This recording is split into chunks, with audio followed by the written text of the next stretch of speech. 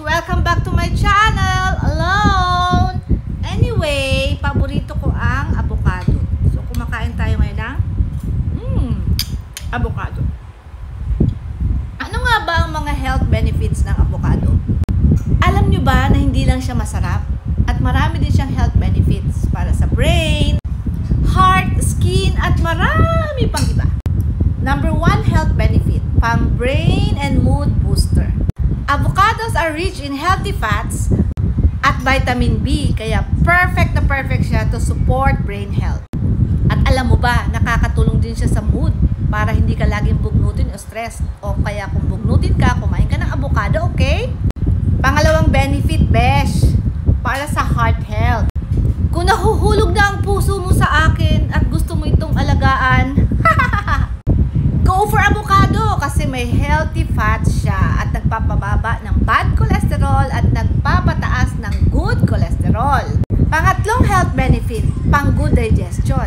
Alam mo na, pag matakaw ka, dapat kang kumain ng avocado dahil marami itong fiber. Nakakatulong iwas constipation. Alam mo na, kaya kung magtatakaw ka the next day, before ka magtakaw, kumain ka ng avocado, okay? Number 4 benefits para sa ating mga mata. Twinkling eyes. May lutein at zeaxanthin ng avocado, 2 antioxidants na tumutulong para i-protect ang mata laban sa aging at sa screen fatigue. Kung mahilig ka mag-cellphone, yan, kumain ka ng avocado, okay? Panglimang benefit, besh, anti-inflammatory. May vitamin E and other antioxidants din.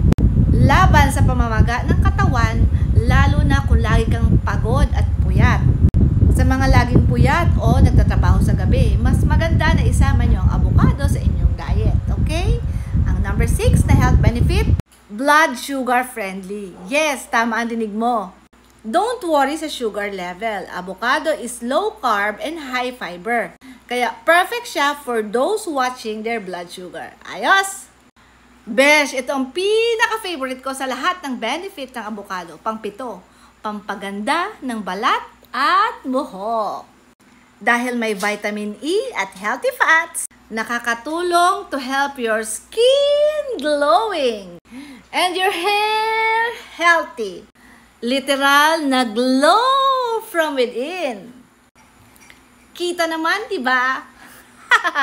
At ang last benefit ng avocado ay nakakabusog pero healthy. Mababa sa carbs pero nakakabusog. Kaya kahit on a diet ka, perfect na perfect siya to keep you full and satisfied without overeating. Yun ang mga ilan sa benefits ng pagkain ng avocado.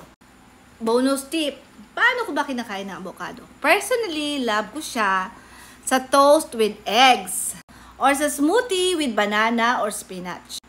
Pero mahirap gawin yon para sa akin. Kaya ang ginagawa ko, simple lang. Hinihiwa ko lang yung avocado, lagyan ko ng konting asukal at gatas. Wala! Parang ganito, di ba? Malapit ang maubos. Kaya yan ang mga health benefits ng avocado. See you sa next vlog ko. Don't forget to follow, like, and share. Bye!